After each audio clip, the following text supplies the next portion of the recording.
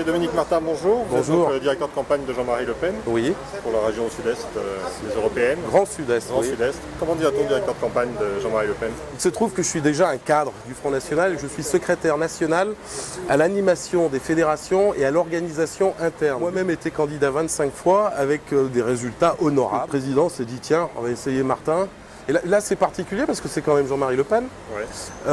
En plus c'est un candidat particulier puisqu'il a 3 campagnes à faire. Il a sa campagne propre en Sud-Est, il a sa campagne de président du Front National, c'est-à-dire président d'un parti politique, et la campagne des autres têtes de liste où il va en soutien. Il va soutenir Marine Le Pen, il va soutenir Louis Alliot, il va soutenir Brigitte Neveu, il va soutenir monsieur Gollnisch et ainsi de suite. Donc ça lui fait 3 campagnes à faire, ce qui fait que c'est un agenda très lourd à charger, à gérer. En lien, ne serait-ce que pour les contraintes du calendrier, il peut être chez les autres quand il n'est pas dans le Sud-Est. Dans les rapports humains avec un candidat tel que Jean-Marie Le Pen, Eh ben formidable.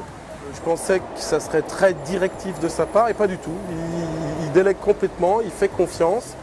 Quand il y a quelque chose sur lequel il n'est pas d'accord, c'est même pas le mot, il suggère. et vous pouvez apporter aussi en qualité de directeur de campagne de nouveaux axes, de nouvelles directions. Tout ça a été décidé, ce qu'on appelle un bureau exécutif de campagne qui travaille depuis cet automne. Et c'est plus la partie de Marine Le Pen qui, elle, au Front National, est vice-présidente chargée de la communication.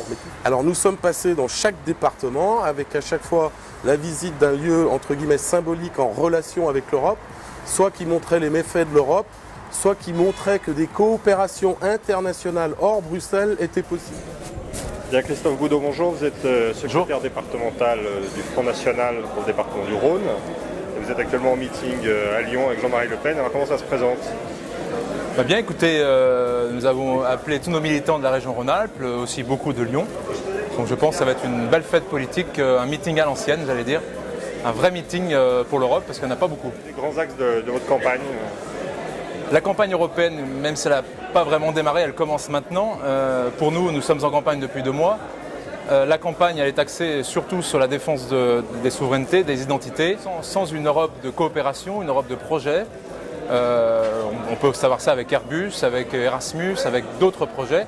Et il n'est pas besoin d'avoir un super État de 27 pays pour avoir une Europe.